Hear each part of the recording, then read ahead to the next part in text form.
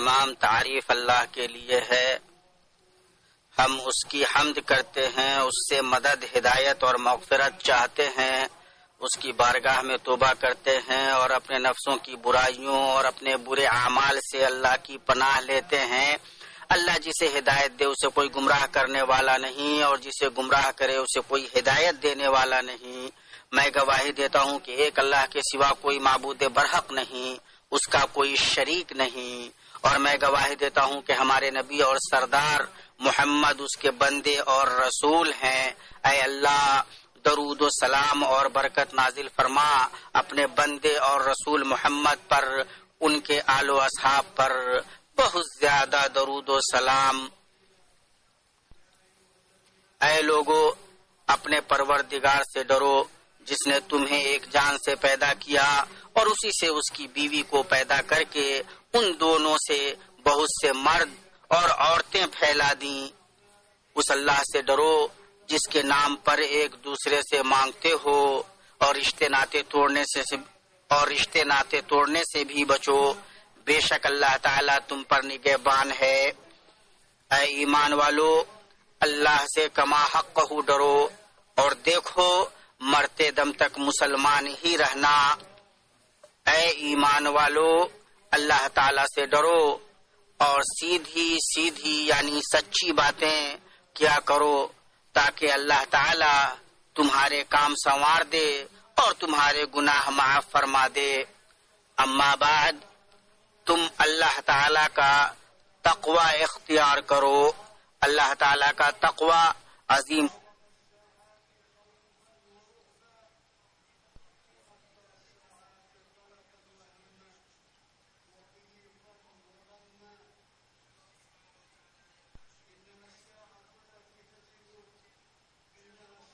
ترین ثواب سے سرفراز ہونے، بہت بخشنے والے، توبہ قبول کرنے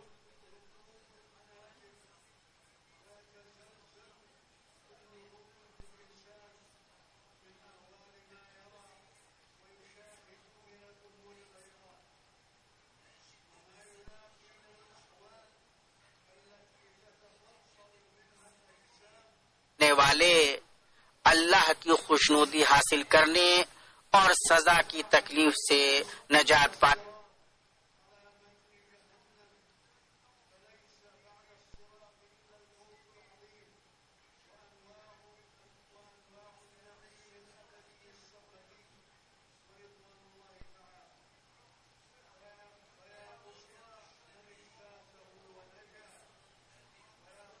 کا سب سے عظیم وسیلہ ہے. لوگوں، کیا تمہیں اس گھڑی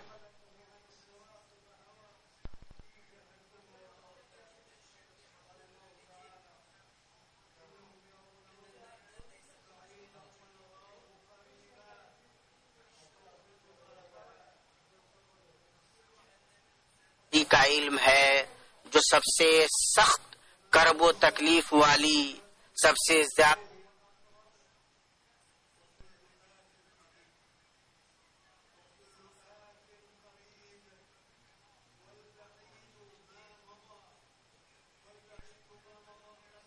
خوف و دہشت والی اور سب سے زیادہ بے چینی، پریشانی، تنگی اور غم والی گھڑی ہے. وہ ایسی گھڑی ہے کہ جب آنکھیں پتھرا جائیں گی، کلیجے منہ کو آ جائیں گے اور انسان جن عظیم چیزوں کا مشاہدہ کرے گا اور جسموں کو توڑنے والے جن حالات سے دوچار ہوگا، ان کی ہولناکیوں سے اس کا ہر عضو لرز جائے گا. بے شک وہ ایسی گھڑی ہے جب جہنم کے اوپر پل صراط نصب کیا جائے گا اور اس پل کے بعد بڑی کامیابی، نو بنو عبدی و سرمدی آسائش اور اللہ تعالی کی رضامندی ہے. سو اس بندے کو بڑی خوشخبری جو اسے پار کر کے نجات پا جائے، اور ہائے اس بندے کی نامرادی جس کے قدم پل صراط سے پھسل جائیں اور جہنم میں گر کر ہلاک ہو جائے. اللہ تعالی نے فرمایا، بے شک یا اس عذاب کو دور سمجھ رہے ہیں اور ہم اسے قریب ہی دیکھتے ہیں۔ نیز اللہ تعالی نے فرمایا اور قیامت کا معاملہ تو ایسا ہی ہے جیسے آنکھ کا جھپکنا، بلکہ اس سے بھی زیادہ قریب۔ ہر آنے والی چیز قریب ہے اور دور وہ دن ہیں جو گزر چکے ہیں، کیونکہ وہ لوٹنے والے نہیں۔ اللہ تبارک و تعالی کا فرمان ہے، لوگوں کے حساب کا وقت قریب آ گیا، پھر بھی وہ بے خبری میں منہ پھیرے ہوئے ہیں۔ دنیا کتنی جلدی سمٹ جانے والی اور ختم ہونے والی ہے، کیونکہ اللہ تعالی نے اسے محدود وقت کے لیے پیدا کیا ہے۔ اس میں ہر ایک عمل کرتا ہے تاکہ وہ اعمال کا بدلہ پائے۔ اللہ تبارک و تعالی نے فرمایا، ایمان اور نیک عمل والے تو نعمتوں سے بھری جنتوں میں ہوں گے، اور جن لوگوں نے کفر کیا اور ہماری آیتوں کو جھٹلایا ان کے لیے ذلیل کرنے والے عذاب ہیں۔ اور اللہ تبارک و تعالی نے فرمایا، اور اللہ ہی کا ہے جو کچھ آسمانوں میں ہے اور جو کچھ زمین میں ہے، تاکہ اللہ تعالی برے عمل کرنے والوں کو ان کے اعمال کا بدلہ دے اور نیک کام کرنے والوں کو اچھا بدلہ عنایت فرمائے۔ یہ دنیاوی زندگی از ابتدا تا انتہا آخرت کی ابدیت و پائیداری کے مقابلے میں صرف ایک لمحہ ہے۔ اللہ تعالیٰ جس کا علم ہر چیز کو محیط ہے اور جو سب سے سچ بولنے والا ہے، وہ اللہ تبارک و تعالی فرماتا ہے، اور ان کو وہ دن یاد دلائیے جس میں اللہ ان کو اپنے حضور جمع کرے گا، تو ان کو ایسا محسوس ہوگا کہ گویا وہ دنیا میں سارے دن کی ایک آدھ گھڑی رہے ہوں گے اور آپس میں ایک دوسرے کو پہچاننے کو ٹھہرے ہوں گے۔ واقعی خسارے میں پڑے وہ لوگ جنہوں نے اللہ کے پاس جانے کو جھٹلایا اور وہ ہدایت پانے والے نہ تھے۔ نیز اللہ تبارک و تعالیٰ نے فرمایا، یہ جس دن اس عذاب کو دیکھ لیں گے جس کا وعدہ دیے جاتے ہیں، تو یہ معلوم ہونے لگے گا کہ دن کی ایک گھڑی ہی دنیا میں ٹھہرے تھے۔ اور اللہ تبارک و تعالیٰ نے فرمایا، اور جس دن قیامت میں برپا ہو جائے گی، گناہ گار لوگ قسمیں کھائیں گے کہ دنیا میں ایک گھڑی کے سوا نہیں ٹھہرے۔ عاد و ثمود، قوم ابراہیم، قوم لوط، مدین کے باشندے، فرعون، حامان و قارون، قوم تبا، شاہان پارس و شاہان روم اور دیگر گزشتہ قومیں کیا لے کر پہنچیں؟ انہوں نے نہریں جاری کی، درخت لگائے، بہترین پھلوں سے لطف اندوز ہوئے، سمندروں پر بادشاہت کی اور ان تمام لذتوں اور شہوتوں سے بہرہ اندوز ہوئے جو انہوں نے چاہا، مگر یہ لوگ اس قیامت کے دن اپنے رب کے پاس کیا لے کر آئیں گے جس کی مدت دنیا کے مثل ہے؟ وہ اپنے رب کے پاس سب سے برا عمل اور سب سے بری موت لے کر آئیں گے، اور دنیا و آخرت میں ہلاک اور عذاب سے وہی نجات پائے گا جو انصاف کرے گا اور غلبہ و جلال والے اللہ پر ایمان لائے گا۔ ایسے کرب کی گھڑی کہ جس کے مثل لوگوں کے سامنے کوئی کرب نہیں ہوگا، اس سے کوئی مفر نہیں۔ اللہ تعالیٰ نے جہنم کے اوپر نصب کردہ پل صراط کے بارے میں فرمایا، تم میں سے ہر ایک وہاں ضرور وارد ہونے والا ہے، یہ تیرے پروردگار کے ذمے قطعی فیصل شدہ امر ہے۔ پھر ہم پرہیزگاروں کو تو بچا لیں گے اور نافرمانوں کو اسی میں گھٹنوں کے بل گرا ہوا چھوڑ دیں گے۔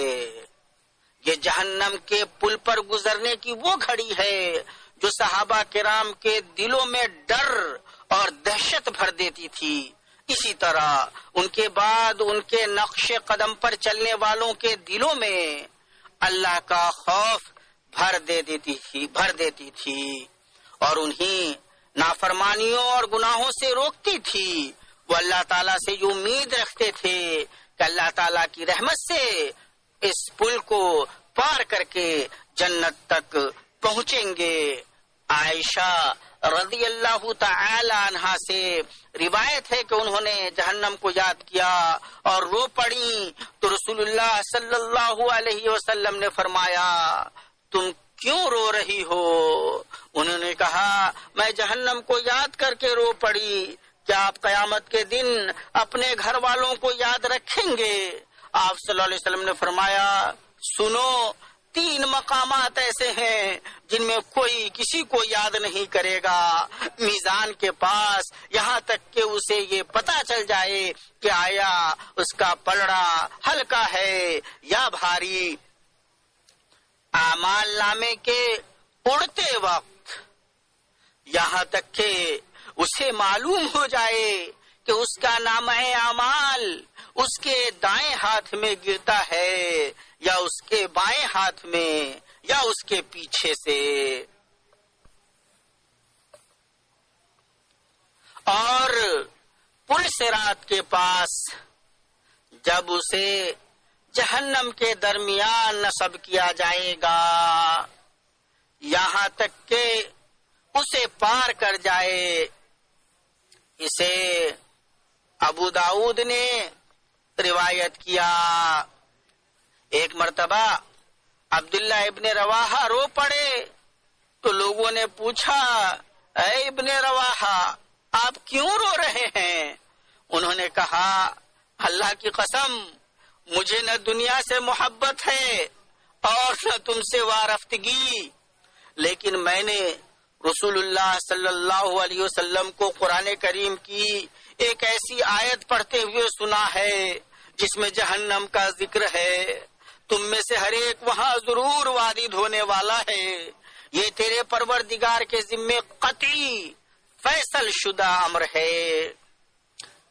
طبرانی نے روایت کیا ہے۔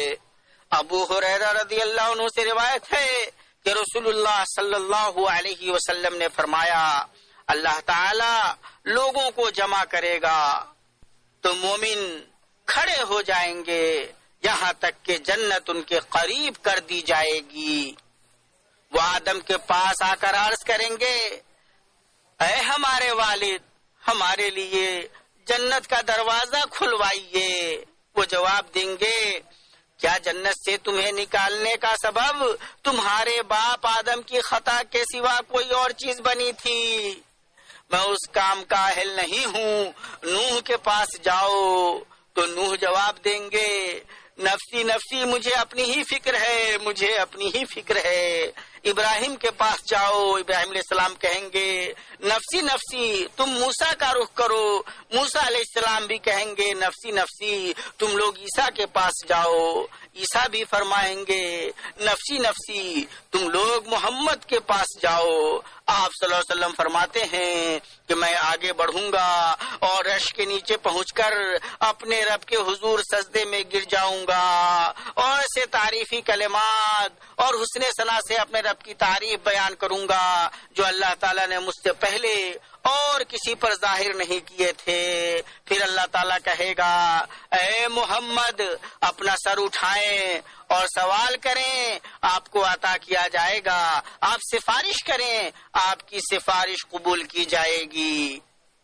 جہنم کے اوپر پل صراط قائم کیا جائے گا اور امانت اور قرابت داری کو بھیجا جائے گا۔ وہ پل صراط کی دونوں جانب دائیں اور بائیں کھڑی ہو جائیں گی۔ تم میں سے اولین شخص بجلی کی طرح گزر جائے گا۔ راوی کہتے ہیں میں نے پوچھا میرے ماں باپ آپ پر قربان بجلی کے گزرنے کی طرح کیا ہے؟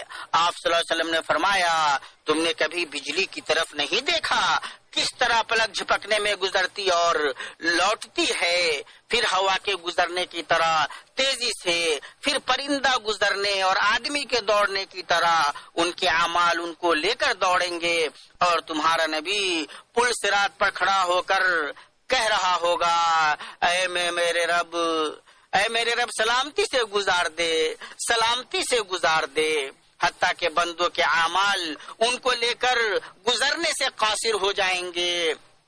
یہاں تک کہ ایسا آدمی آئے گا جس میں رینگ کر چلنے سے زیادہ کی استطاعت نہ ہوگی. اسے بخاری اور مسلم نے روایت کیا ہے. دیگر روایتوں میں آتا ہے کہ کچھ لوگ ایسے ہوں گے جو جہنم میں جھونک دیے جائیں گے اور جہنمی جہنم کی طرف ہانکے جائیں گے اور اس میں جوک در جوک ڈالے جائیں گے. اللہ ہمیں اپنی پناہ میں رکھے. لہذا اس گھڑی کے لیے اللہ کا تقوی اور نیک اعمال تیار رکھو اور گناہوں سے بچو. اللہ کا فرمان ہے لوگو اپنے رب کے غضب سے بچو. حقیقت یہ ہے کہ قیامت کا زلزلہ بڑی ہولناک چیز ہے. جس روز تم اسے دیکھو گے حال یہ ہوگا کہ ہر دودھ پلانے والی اپنے دودھ پیتے بچے سے غافل ہو جائے گی. ہر حاملہ کا حمل گر جائے گا اور لوگ تم کو مدہوش نظر آئیں گے، حالانکہ وہ نشے میں نہ ہوں گے، بلکہ اللہ کا عذاب ہی کچھ ایسا سخت ہوگا. اللہ مجھے اور آپ کو قرآن عظیم میں برکت عطا فرمائے اور اس کی آیتوں اور حکیمانہ نصیحتوں سے اور سید المرسلین کے طریقے سے ہمیں فائدہ پہنچائے. میں اپنی یہ بات کہتا ہوں اور اللہ سے اپنے لیے، آپ کے لیے اور مسلمانوں کے لیے مغفرت طلب کرتا ہوں.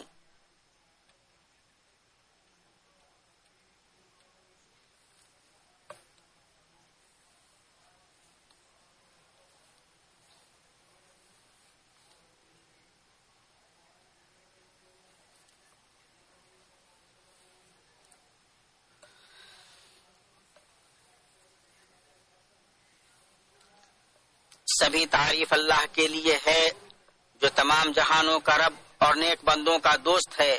میں اس پاک ذات کی حمد و ثنا بیان کرتا ہوں اور اس کے واضح انعام و فضل پر اس کا شکر ادا کرتا ہوں.